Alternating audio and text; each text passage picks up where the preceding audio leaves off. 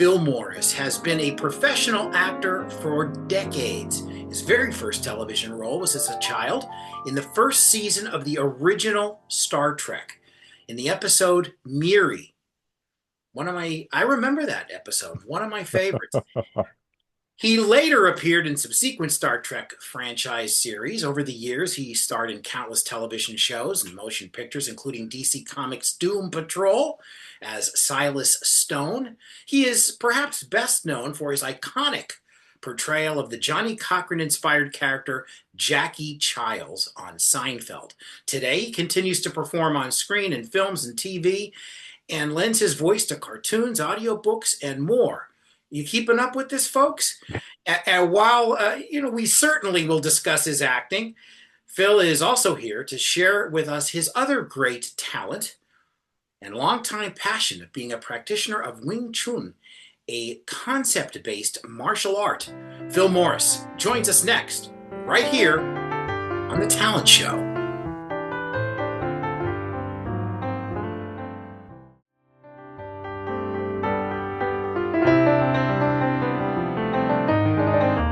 We are back on The Talent Show. Our guest is actor Phil Morris, an old friend of the show. Phil, welcome. Thank you, Tom. It's good to see you, buddy. It's good to talk to you. It's been too long. It has. It is great to see you, and you never change, man. You always look the same. Fit, ready to go. It's amazing. How do you do it? Well, part of it's hard work. You know what I mean? I work pretty hard at it. I just love training. I love to train. As you mentioned in the opening, I'm a martial artist. I've been a martial artist since I was 7 years old, as a matter of fact. So it's something that I picked up. I never ever dropped. I was a track athlete in high school, and when I learned about that kind of training, I picked that up. I never dropped that either. So I just keep going. It's really good for my brain, especially in the industry that I exist in. It keeps me humble. It keeps me fit. It keeps me available to work the long hours that we work on the various shows that I do. Right. So it really does keep me grounded. So I like to keep a good physical fitness. And what I do, brother, is like, you're a musician. You understand the creative expression. It's if you are really in it, if you're immersed and you're wearing it, keeps you young. It just keeps Yeah. providing you with passion and love and joy. And I just keep going. Well, it sounds like a recipe for success to me. I think that's pretty great. We could have done an entire episode on your acting credits alone and maybe even taken an intermission as well. But it's certainly no secret. And so we're going to get to all this on your physical fitness and the martial arts because we want to hear about all that. But it's no secret that your iconic character, Jackie Chiles, is an all-time favorite for Seinfeld fans, even casual fans know Jackie Chiles. Did you see this coming at the time? I mean, you got called in. Here's what you're gonna do, Phil, and perhaps you thought it was a one and done. It stood the test of time. How do you feel about that? It's just stood the test of time. People know it. I'm humbled. I just am humbled. There's just no way I could have foreseen that Jackie would have this kind of deep penetration in the zeitgeist. I don't think they could have foreseen this. And it wasn't a character that or a role that they offered me. I auditioned for Jackie with some other amazing actors. And I was lucky and fortunate enough to win the role Mm. over those other actors. But from the moment that I spoke his words through this particular filter, I knew that casting understood this guy, he got it, man. He got it. And just to pull the curtain back a little bit, I'm sure people have seen some interviews that I've done, but I went to the same barbershop as Johnny Cochran for a long time, since I was a small child. My dad is Greg Morris from the Yeah, original Mission Impossible, of course. the character that Ving Rhames has been patterned after. My father originated that in 1966, and we were going to a barbershop here in Los Angeles, and Johnny Cochran was a DA at the time, and we would go into the barbershop and hear him pontificate about so many different subjects. So I think I was unconsciously doing study on Yeah. him, on his rhythms, on his erudition, you know what I mean? And then we were Osmosis. It just was happening. It just, absolutely. the So inflow. that was what I took into the audition with a couple of little this and that's and nuances. And and they loved it, and I'm really, really grateful. No, I could not have foreseen this. I don't think anybody could have. It's amazing. I mean, I would imagine there had to be some level of pressure stepping onto the set, number one show on television at the time, and delivering a knockout punch, which you did. And it's like, okay, episode one of Jackie, and it's like, did you think it was a one and done, or did you say no, no, no, we got plans? How did that work out? I didn't know how they could use an attorney so often, right? That Yeah, was the only bugaboo for me. yeah, I knew it was hitting.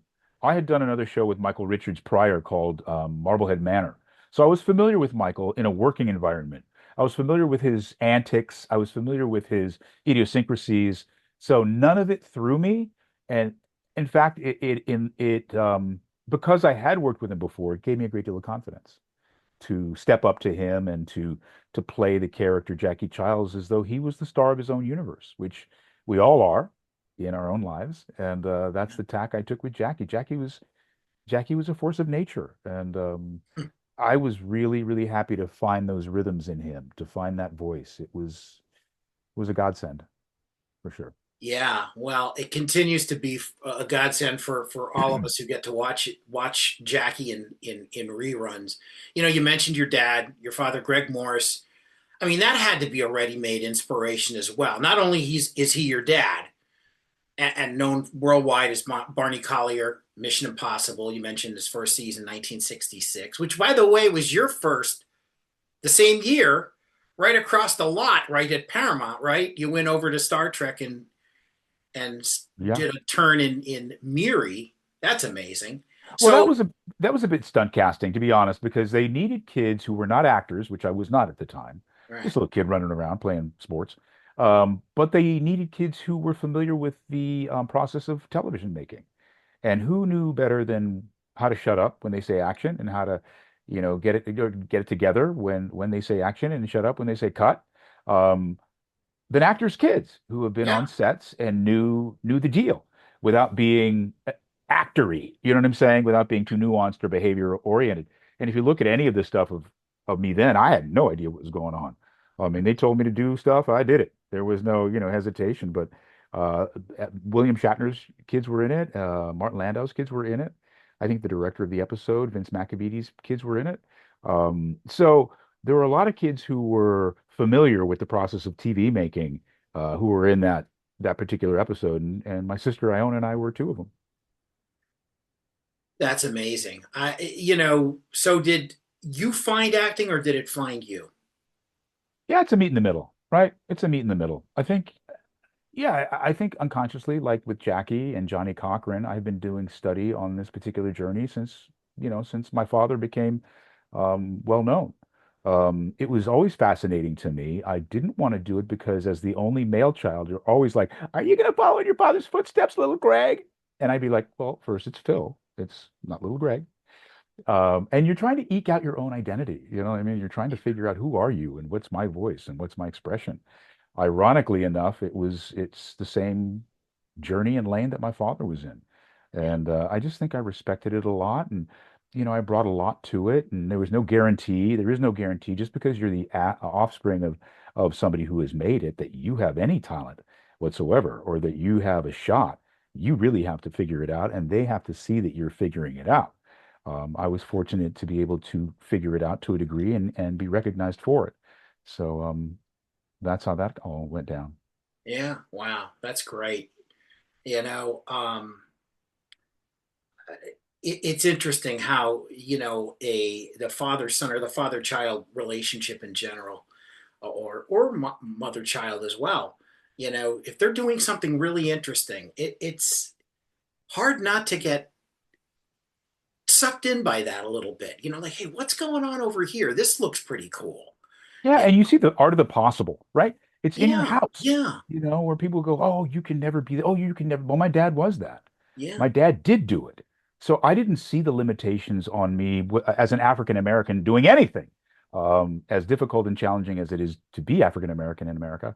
Um, I lived in a household where Black history was on full display, where accomplishments and somebody who was smart and beautiful, both my mother and my father, strong, powerful. certain, charismatic. I mean, it was right there every day at my kitchen table or in the evening at dinner. So I was very fortunate to see and be a part of someone around somebody who was a force of nature. And that definitely was something that I wanted a part of, whether it was as an athlete or an artist, or I wasn't sure as a kid, but it became known to me that this was my calling for sure. Yeah, that's beautiful.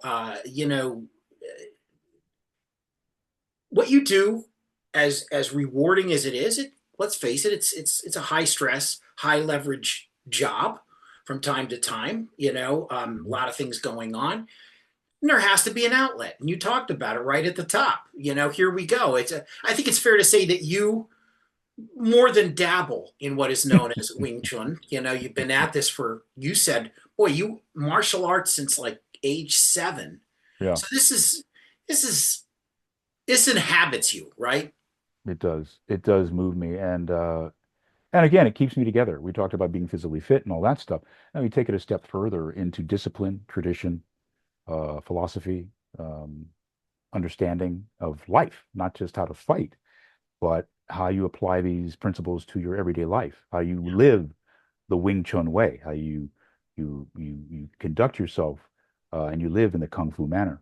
I was fortunate enough at the time that I was starting to study Wing Chun to find a gentleman by the name of Hawkins Chung, who was a very under the radar, off the beaten path type of Kung Fu master, um, who happened to be a student of a man named Ip Man, who, if you know the movies about Ip Man, yes, that very same Ip Man was my teacher's teacher. Hmm. At the same time, this was a man who was very close with another gentleman at the time named Bruce Lee. So they were both studying at Ip Man's together.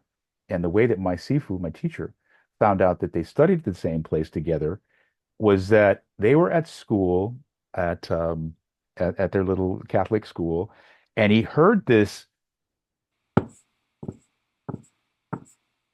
behind him, and he looks over, and Bruce is hitting his desk with his fist to try to condition these three knuckles, which is what we use in Wing Chun, right? So Sifu sees him hitting. He's like, "You study Wing Chun?" Bruce like, "Yeah, I do." He goes, "It man?" He goes, "Yeah." He goes, "What nights?" He goes, "Monday, Wednesday." Sifu says, "I go Tuesday, Thursday." And they never, ever, ever, ever, ever, ever trained together because they each wanted their own secrets so that when they saw each other, neither one of them would know what was coming. Oh wow, So that's that's the kind of guy that I studied with. And he was such yeah, a source guy. I mean, as a musician, you have people you admire, you honor, and then there's very few. There's a select few that move you, that actually they get into your soul. And that's what my Sifu did for me. He got in me, man. He was a no BS guy. He was I don't no certificates, no sashes, no belts, no nothing. You either know it or you don't know it. You either are or you aren't. You either can or you can't. What you wear, what you tell me means nothing. How you move, when I touch you, when I see you, that's when I know who you are. And that's the most pure teacher that you can possibly find. And yeah. I was fortunate to find that. That is fantastic. Our guest is Phil Morris, actor and master. I think it's fair to say now, Wing Chun. Although you never attain that, right? It's always a work in progress. We always say it's the journey, right? Right. Right. You Yeah, don't, there's no master of seafood that is titled himself or themselves that. It is always a title that is bestowed upon you based on your sweat equity, as we call it. yeah, And I've been given a couple of titles, and I don't look at any. I mean, yeah, I'm proud of them. I'm proud of them because I put in the work. It's hard work, man. And right. that's pretty much what Kung Fu means. Kung Fu does not mean flowery movements that overwhelm the bigger opponent. That's not what it means. It just means a difficult task undertaken well, basically. That's all it means. So that's what you try to do everywhere you go. And in Wing Chun, that's what I worked on for over 30 years with him. And it showed me so much about who I was, beyond the punching and the kicking and all the forms and all that stuff. And I could translate that anywhere to my parenting, being a husband, being an artist, and just being a human being. And Yeah. those are the best lessons that I could have gotten. And I'm eternally grateful for those Let's lessons. talk about that. We want to take a quick break, and then we're going to come back with more with Phil Morris and dive right in, do a deep dive right into that because that's fascinating to me. This is the Talent Show. My name's Tom Alexander. Our guest again, Phil Morris. Back in just a moment. Stay tuned.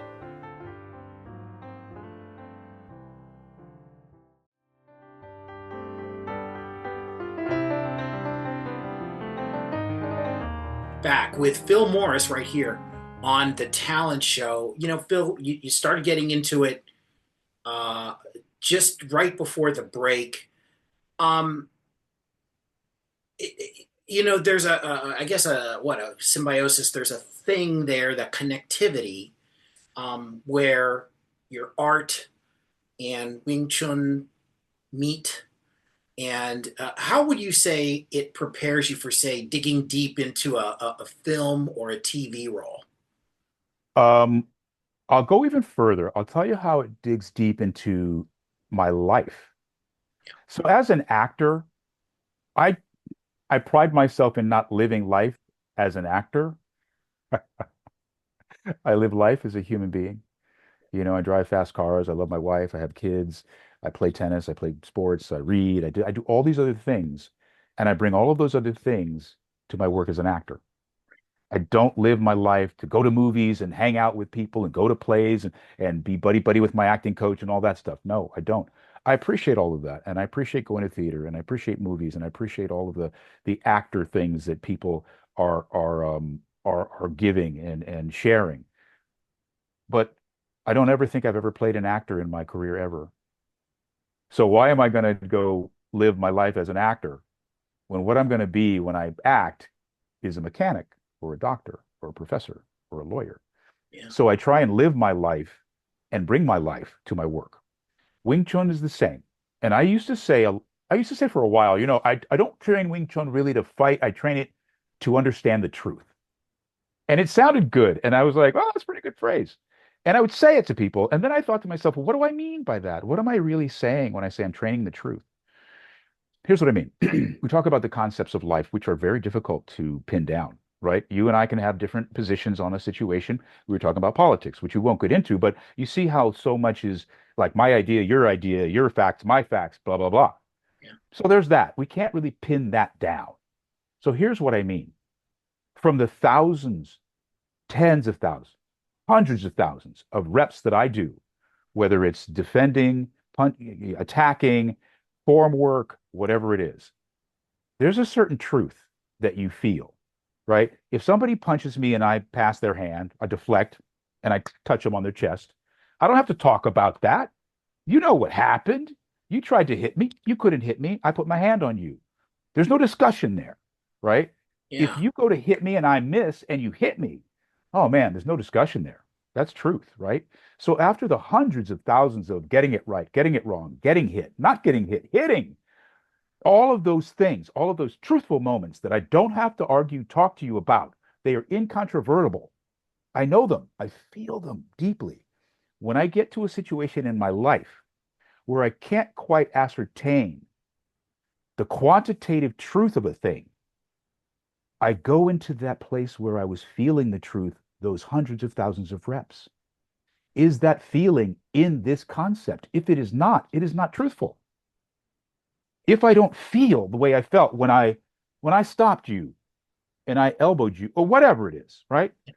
If I don't have that sense in my spirit in this particular conversation with somebody or in this particular situation or moment in my life, that's not truthful. I need to have that match up with the thing that I know, with the feelings that I am familiar with, that I have trained my whole life to identify. And so that's what I mean about when I'm practicing martial arts, I'm practicing the truth. And then I Hmm. can more easily ascertain in a conceptual manner what the truth might be. You know, it's so illuminating, and hearing that, and now suddenly I'm really inspired. And that's a great thing. And I'm sure you've had people tell you that before. And I would imagine that it probably works the other way. I mean, actors are observers, they're listeners, improvisers, right, by nature. And I would imagine it works the other way. In other words, there are takeaways from what you do in acting that probably, am I, maybe I'm right here. I don't know. You tell me that help with martial arts. Um, Chicken and egg, right? It's more the that my work as a martial artist informs my life completely, right? And I just said that I don't live my life as an actor necessarily. I live it as a human and bring that to the work. So it truly is the truth of what I train all the time, that when I'm going into a character or an audition or a performance, I'm looking for that truth. Now, it's conceptual, right? Because another actor is going to come in with their truth. Yeah. It's no less truth than mine. It's just how do you feel it? How do you translate that into performance, right? You know this as a musician. Yeah. There are times when you're just playing, man. It's good. It's good. It's good. It's technically proficient. I got it down. It sounds good. It's good. But there's something missing, right? It's Yeah. just not, it's not, I'm not really communicating with the drummer right now. I'm not communicating with the singer. I'm on my own. It's all is okay, but there's something missing. That something missing is what I try to figure out. That's what martial arts helps me with. It helps me figure out those moments of the illumination that you were talking about. I need to have that now, right? As a young actor, I didn't really need to have it. I'm like, I got courage, I got technique, I can do anything. No, you can't do anything, nor should you do anything. You need to do the thing that's truthful and authentic for you. So that's what I look for. And the martial arts helps me get there more than it helps me be a better martial artist. Because just like music, there's a certain perfection. Huh? So Wing Chun, Kung Fu has a certain perfection. I will never be perfect. I will never get to that place, but I'm always on the road to that place. Yeah. So that's the journey, right? That's the real joy of it all. That's the inspiration. It's to get closer the next time. It's not to necessarily nail it. Right. It's just to get a little bit incrementally closer every single time I perform, every single time I get there. So I'm doing the upshaws right now for Netflix. And and it's fun. It's a lot of fun. I do it with Wanda Sykes and Kim Fields and Mike Epps, who's just a genius. Um, and I come in there and they're like, Phil, you're bringing a different quality of work to this show, and you're showing a level of this and that and professionalism, blah blah blah. So I remember I'm going to work one day. Getting ready to go, and looking at myself in the mirror. I'm like, Phil, you gotta bring that example, that professionalism they're telling you, but you gotta. And in the middle of it, Tom, I went, no, I don't. No, I don't. That is not my business. My business is not to bring anything to anybody but my authenticity. If that resonates as professionalism, so be it. If that resonates as higher quality acting skill, so be it. Not my job. Not my job to reinvent the wheel. It's my job to be the best wheel that I can be and bring that to the car. And then, as we all are being the best wheel we can be, we are then the best representation of that vehicle. I don't have to change anything. In fact, it's best if I don't. It's best if I just stay with my my, with mine, right? Right. And bring that to it because no one else can bring that. No one else can bring you. Yeah. Only you can bring you. I can't be Denzel, but Denzel can't be me. So let people have their line, let them have their lane, and you just keep figuring out what your lane is, and you'll Yeah. be happier that way. Yeah. No, I think that's a great philosophy, and I always I say to myself, and I will say to other musicians, it's like my goal is to be just know a little more than I did yesterday. If I can sit at the piano, it's like, huh, okay, that's something new, that's something different. Let me develop that. It's a great feeling. It's a It's a it's it's a great great feeling. it's a great feeling. And it's Um, yours. It's yours yeah, uniquely, it is. And when you bring that, into the spaces that we're talking about, music, when you bring that and your drummer brings it and your guitarist brings it and your bassist brings it and your singer, when you all bring that, oh my gosh. It's Those, the best. I'm getting the funky feels now, right? You know? And that's how I like to live, Yeah. honestly. Yeah. No, listen, it's great when everybody's clicking and they're all in the zone. There's just, there's nothing better, whether it's music, acting, martial arts, This, sports. this You know, thing and right here, baby. yeah, yeah, that's it. Well, I got to ask you this. I mean, have you ever had a situation in your life where you've had to use martial arts in defense or thought you might have had to? You've been in a situation like, uh-oh, you know, somebody's getting a little chesty. Yeah, Like, yeah. It usually never gets to a point of expression because I feel that if you have a high level of skill and knowledge, those situations never come up. You don't put yourself in them and they don't find you because you don't live there, right? Because you've exercised all of that. Having gone to class for so long, I don't need to hit another pad. I don't need to hit another person. I get it, right? So the one time I did have to do it was in class. A guy came in, was popping off, mouthing off, and I had a kind of I was that guy, right? I was the guy in class, even though I was an actor and I was fairly well known. I was the dude in class who brought the big bag. You come in, you start talking crap. I got two sets of everything. Shin guards, elbows. The only thing I had a headgear with a full mask. Only thing I didn't have was a cup and a mouth guard for you. But if you came in and you're talking, I was the one tasked with going over to you and saying, it seems as though you need to do something. If you'd like to do something, meet me in the middle of this studio. I got all the pads for you. We can go full contact or we can just point fight. But your talking is going to stop now. And I was that guy. So one night, a guy came in class. He was an older student. He hadn't been there for years. Didn't know that I was the teacher that night. Didn't know that when our Sifu went to Hong Kong, I was the guy who opened up and closed. Didn't know. He only saw me as this actor guy. So he came in. He's spouting off, talking about some other students, older students. Oh, so and so's not here. So and so's not here. Oh, I don't think anybody has anything for me. So I said, well, do you want to work a little bit? You want to practice a bit? He's like, sure. So we start working, working, working, working. He got a little frisky and he did some things that were untowards. So I had to pop him. So I popped him. And then I said, look, go clean yourself up, sit on this bench. We need to talk. And we sat. And I said, look, um, you can't come in here and do that. You can't disrespect the studio like that. You see all these people working and training. They're all training and working together. We're all trying to build something here. We're not trying to break anybody up. We're not trying to destroy anybody or break anybody down. You could have gone up to any one of these people, did the same thing you did to me, and they would have gone, "Oh man, what are you doing? What are you doing? You just happened to pick the wrong dude. yeah, That's your fault." yeah. And Wow. he Well, never when the he never people when the people who are watching this conflict go down display. say, "You better grab a mop," you know that this guy's in trouble. Everybody went to Sifu when he came back to from Hong Kong. They were, oh, Phil hit BJ. Oh, Phil knocked BJ down. Boom, boom, boom. So he calls me in his office and he says, "Tell me what happened." And I told him. I said he came in, he had alcohol in his breath. Uh, He's talking madness. And Sifu, I just couldn't have it. Long pause, Tom. He looks at me. You did the right thing. You did the right thing. You can't let anybody come in here and disrespect this school. yeah.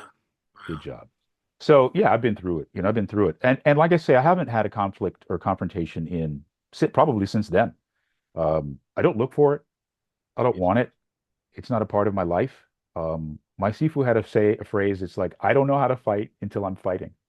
Meaning, I don't carry in my head if I walk down the street and this guy jumps out of this, and that guy was, if I'm at the ATM and that person does this and that person does that. I don't live like that. Yeah. I just walk on. And then if something comes up, well, now I know how to fight. You know what I mean? Yeah. Like, Yeah. like you're not walking around going, I can run the scales and you're doing scales in your head. No, you're having a relationship with your wife, your son, your business partner. You're having lunch. It's not a part of your waking moments until you sit down at that bench in front of those keys. Now it's on, Right. you know? That's So that's right. kind of the deal. That's right. Wow. Wow. That was a great story and a lesson for all of us. That's fantastic. Our guest is Phil Morris, actor and practitioner of Wing Chun and many other things. He's a Renaissance man. He's living in the world. I think it's the best way to describe Phil Morris. That he really is living in the world. We're going to come back and chat just a little more, wrap things up with Phil Morris after these words. My name's Tom Alexander. This is the Talent Show. Stay tuned, everybody.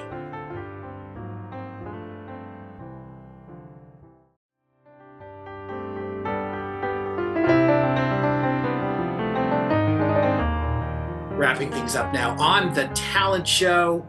Our guest is Phil Morris, and you know the credits, the long list of credits. Wonderful actor for many years, and a friend of the show, and just and a friend. I can say a friend of Yes, you mine. I'm can fully. grateful for having met you. Oh boy, it's going about more than 15 years ago. I think it's been a long time. Wow. Hard to Wow. believe. Hmm. Um, We look great. Speak for yourself. I'm hanging in there, man. I think when we first met, my hair was not this white. I did not have snow on the roof. Well, I didn't have But that, but but yeah, we're hanging in there. We're hanging in there. You are right now in the process of recording an audiobook as we speak. hmm Um, how is that a different discipline than being in front of the camera? That's a great question. That's a great question because I'm refining and evolving and cutting away the negative space all the time. So voiceover is markedly different from on camera, what we call face work, um, because I can go in a baseball hat, just like this, jeans, turn the hat around, get in front of the mic, and I can sound like more people than I can look like, right? So uh, there's so many lines I can cross as a voiceover actor that I cannot cross as a visual actor, just because this holds me back from the audience's perception of me as something else. Yeah. So Is as a director, like in director's terms, is it bigger when you have to do just voiceovers versus being on screen because you could see the character. Now you're just hearing the character. Does it sometimes have to be a little more pronounced? um, I I don't think it's necessarily that. I think it's that there are so many nuances that you can bring with your voice that you have to bring with your voice because it's only your voice. Yeah, That my visual, my wardrobe, my makeup can do for me that I don't have when I'm doing voiceover. So I don't think it's necessarily more, louder, bigger, faster, stronger. I think it's a nuance. And some of the most intelligent actors I've ever worked with are voiceover talent because their frame of reference has to be so deep. Uh, because that's their stock in trade, right? It doesn't have to be as deep as the face actor because it can only go so deep, without heavy prosthetic makeup or right. incredible costuming. And I've done all that too. I've done a lot of Star Treks, as we said. I've been up under Klingon makeup and Jem'Hadar makeup and all Yeah, kinds of prosthetics, and it definitely changes you. It definitely changes you. yeah, So imagine having to do that only with your voice, yeah, and that's the difference. And there's times yeah. where it's very subtle, and there's times where it's big. The book that I'm doing right now is a combination of facts, figures, interviews, emotion, some voices like, Brooklyn, or a Baston, sometimes I have to get into a vocal intonation that's different. Again, within one page, I might be playing an Irishman or, a bit of Cockney mobster. You know what I mean? There's so many different things that I can do with my voice that I cannot do visually. And that's the big difference. Yeah. No, that's so interesting. And I remember hearing a story years ago when Michael Keaton first played Batman, and he was opposite Jack Nicholson, who was the Joker. And they were talking, and Jack said to Michael Keaton, he said, "Let the costume act a bit for you, Mm, let it, and Michael Keaton said that was the greatest piece of advice. Um, that's brilliant. yeah, Wow, I'd never heard that. yeah, and I always thought that was just a great piece of advice. I mean, I mean, it's Jack Nicholson. You're going to listen to, you're going to hear what he has to say, obviously.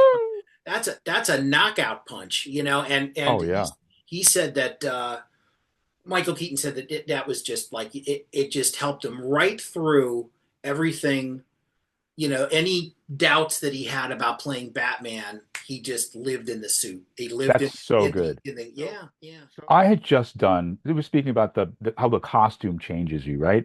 And Michael Keaton leaning in to the Batman character because when you're in that costume, man, there's no one else you gonna be but Batman. So I was doing these couple of episodes on a show called Fire Country for CBS. It just aired. I loved them. They were fantastic. I play a rancher. I was not, it's not my background. Doesn't matter. When yeah. I went to wardrobe and I put on that hat and I put on that the leather jacket and the wardrobe, I was Elroy Edwards. That's the character's name. Hmm. I was him, man. And my it changed my walk, it changed my talk, my speech. It just gave me such beautiful attitude. And when I put the hat on, it was lights out. So yes, it absolutely informs you as to who this character is. I remember as we were talking about Star Trek, Yeah, playing a Klingon, playing a Jem'Hadar. You forget who your character is, just look in the mirror. You know exactly who you are. yeah. And it helps quite a bit. And Quite a these bit. so these makeup artists and costumers, they're amazing artists. I mean, they're amazing people because they really are able to help you become and transform into the character you're playing. I mean, they my guess is these are pretty deep folks, pretty Oh, smart there's no people. doubt. And the amount of research they do and they did for every single character I've ever played Yeah, is phenomenal. It really is a sense of the teamwork makes the dream work. That's how that goes. yeah, yeah. What's next, Phil? What's next? Well, I'm continuing to do the Upshaws, so that'll be fun. In the next season, I'm in their next season as well. I'm in last season, but I'm also in this new season. I've done about seven of their episodes this season, and a couple more to finish the season with. So there's that. I'm doing this new book about internal affairs and an organization called the Citizens Complaint Review Board, which is the Citizens Oversight Committee that the NYPD put in place to try and give the citizens a sense of what policing was all about. So it's a very deep book, and I really, really enjoy it. It's great. I love doing books, audiobooks, because I learn so much Yeah. that I wouldn't necessarily gravitate towards on my own. So there's that.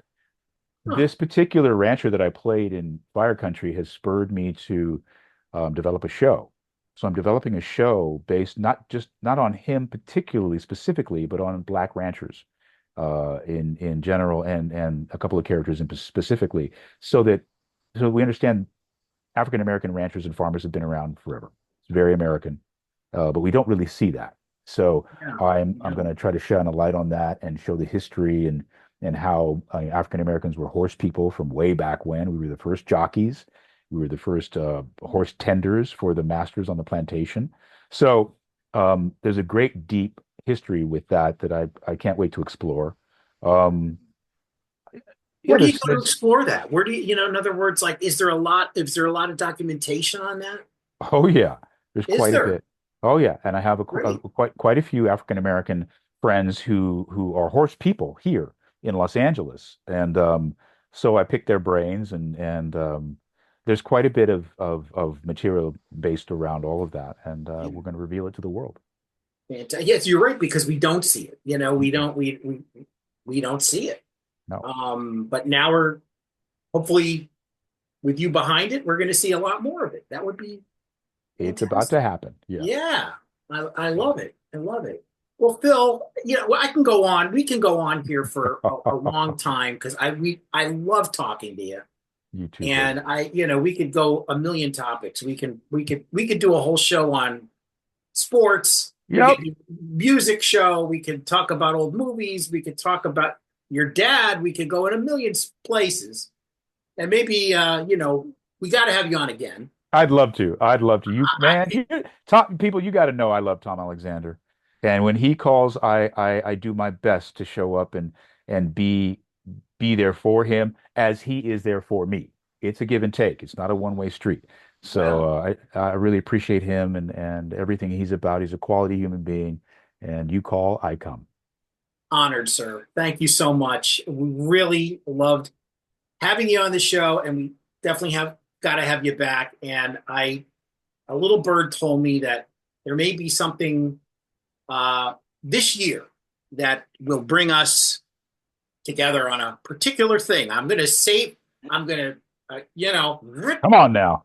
Come on just now. gonna protect it a little bit, but Yeah. we'll certainly let the audience know. I didn't mention intentionally because we Yeah, need to do this again, and then yes, we'll yes. reveal it at that time. We're just it's just a hint. It's just a little nudge, a little, suggestion. So we'll see what happens. Yes, brother. But we'll certainly keep folks in suspense. Phil Morris, our guest today on the Talent Show. Phil, again, thank you so much. And thank you, everybody, for listening, for watching. We'll see you again right here on the Talent Show. So long, everybody.